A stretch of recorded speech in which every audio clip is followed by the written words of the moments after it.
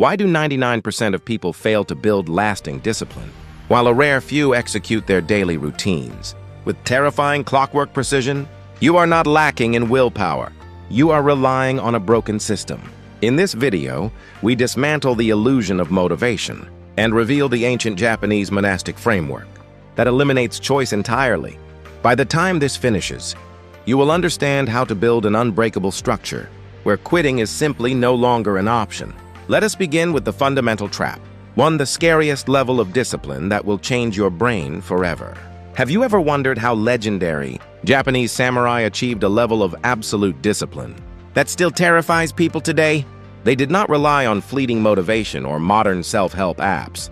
They followed a code where waking up, training, and executing their daily duty was non-negotiable.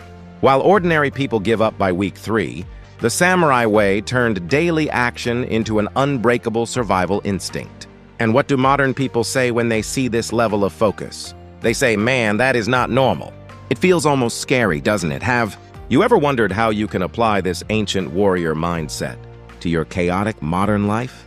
In Western culture, we are obsessed with comfort, feelings, and taking breaks. We think discipline is about white-knuckling through every single morning. But what if everything you know about habits is completely wrong? What if the secret to unbreakable consistency has nothing to do with motivation at all? Think about your own life for a second. How many times have you started a new routine, only to watch it fade away by Friday? Why does it feel so exhausting to maintain a simple daily task? Today, we are going to look at how you can adapt the core principles of Japanese discipline to rewire your brain. It is intense, it is demanding, and honestly, it might make you uncomfortable. But once you understand how it works, you will never break a goal again. 2. The modern paradox of motivation. Let us be completely honest with ourselves. Why do most modern self-improvement attempts fail within the first 2 weeks? You buy a planner, download a habit tracking app, and set a dozen alarms. You feel inspired on Monday morning. You feel unstoppable. But by Wednesday, the internal negotiation begins. Your brain whispers that you deserve a break. By Friday, you surrender completely. And by Sunday, you are making new promises for the next week. It is an endless, exhausting cycle. We rely on motivation as if it were a reliable fuel source. But motivation is actually a weather pattern. It comes and goes as it pleases. When the sun is shining, you feel like you can conquer the world. When the storm hits, you hide under the blankets. The truth is, waiting to feel motivated before you take action is the ultimate trap. It is a trap built by a modern culture that tells you to follow your feelings. But high performers, much like the disciplined masters of the East, do not wait to feel like working. They do not consult their emotions before they step into the arena. They understand a brutal reality. Your feelings are actively working against your long-term goals. Every single time you negotiate with yourself, you lose a tiny piece of your willpower. So how do we break free from this exhausting trap? How do we stop relying on a feeling that constantly betrays us? Let us look at how ordinary people transform into unbreakable forces of nature.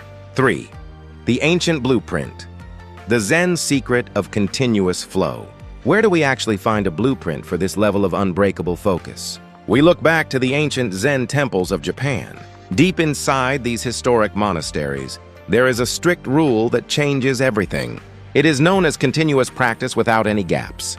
Do you understand what that actually means? It means that for centuries, every single day, at the exact same early hour, a temple bell rings. And every single day, without fail, the monks wake up. Not a few minutes early and not a single minute late. Exactly on time, every single time. You want to know what never happens in that temple? No monk ever lies in bed thinking, maybe I will skip today. That question simply does not exist in their minds. Why? Because they operate under a completely different operating system. They do not rely on daily mood swings or temporary inspiration. They rely on a structure that runs automatically, much like the changing of the seasons. In the Western world, we treat our daily habits as flexible choices. We negotiate with ourselves every single morning. But the Japanese monastic tradition shows us a different path. True power comes from eliminating the choice entirely. When you remove the option to quit, you finally unlock a level of consistency that terrifies ordinary people. This ancient philosophy changes how we build habits in the modern world. 4. Shifting from reversible to irreversible commitments. Why do we constantly fail at our daily goals? The answer lies in how our brains categorize decisions. Your brain puts every single commitment into one of two boxes. They are either reversible or irreversible. A reversible commitment invites mental negotiation. If you tell yourself that you will try to go to the gym, your brain knows you can always cancel. It knows you can change your mind when it feels inconvenient. That tiny window of flexibility is where your discipline goes to die. But an irreversible commitment works in a completely different way. Think about the traditional vows taken in ancient monasteries. When a monk makes a vow in front of his community, he is not just making a casual promise. He is fundamentally changing his identity. He stops trying to be a meditator, and he declares himself a meditator. The negotiation ends permanently because the exit door is locked. Modern neuroscience confirms this exact phenomenon. When you remove the escape routes, your brain stops wasting energy on debating whether to show up. You stop treating your habits as optional suggestions. You start treating them absolute laws of nature. That is the exact mechanism that transforms a fragile goal into an unbreakable reality. 5. Weaponizing public accountability. How do we actually lock that exit door in our modern lives? We do it by weaponizing public accountability. For thousands of years, our ancestors lived in tight-knit tribes. If an individual lost status or broke their word to the community, it posed a direct threat to their survival. Your primitive brain still operates on that exact same ancient wiring. When you keep your goals a secret, your brain feels completely safe to fail. There is zero penalty for quitting behind closed doors. But the moment you make a public declaration, everything shifts. You put your reputation on the line. You tell the people around you exactly what you are going to do. Suddenly, your primitive brain interprets failure as a severe social threat. It makes giving up far more painful than actually continuing. Imagine writing down your commitment, signing your name and sharing it with everyone you know. Some people might call you dramatic. Others might say you are trying too hard. Perfect. Let them talk. You use their skepticism as fuel. Every time you want to stay in bed, you remember that quitting means looking those people in the eye and admitting defeat. The fear of breaking your public word becomes a powerful shield against your own laziness. 6. Eliminating time as a variable. Once you make that public declaration, another massive obstacle appears.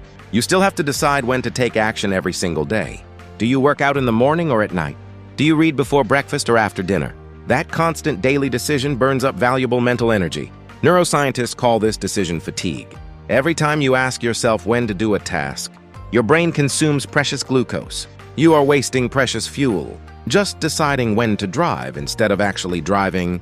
How do you solve this? You eliminate time as a variable completely. You pick one fixed hour and you never change it. Think about the ancient monks. They do not wake up and wonder what time meditation starts today. The bell rings at the exact same moment every single day without exception. Many modern people resist this because they love flexibility. But true freedom does not come from having endless choices. True freedom comes from removing the need to choose. When you lock in a specific hour, your brain stops arguing. It stops negotiating with the clock. You wake up and your body simply moves. Have you ever noticed how rigid schedules feel uncomfortable at first, but eventually set you free? Let us look at how keeping the exact same schedule transforms your daily execution. 7. The danger of variety. Why changing methods kills habits. Even with a fixed schedule, a sneaky new problem often destroys your progress. You might keep the time, but you keep changing what you actually do during that time. Some mornings, meditation feels right. Other days, you decide to read, or maybe do a quick set of push-ups. Your brain has simply found a new loophole to exploit. Instead of arguing about when, it starts arguing about what. You think that variety keeps things interesting and keeps you from getting bored. But in reality, variety is where consistency goes to die. Every single time you change your routine, your brain is forced to make micro-decisions. Should I do push-ups or burpees today? Which book should I open? How long should I practice? Every small decision creates a tiny crack in your mental armor. That is where your old, comfortable patterns leak right back in. To achieve true unbreakable discipline, you must lock down the exact actions you take. Same order, same timer, same structure every single day. Your personal trial period requires identical execution. Your friends might call you robotic. They might tell you that you are getting annoying. Let them.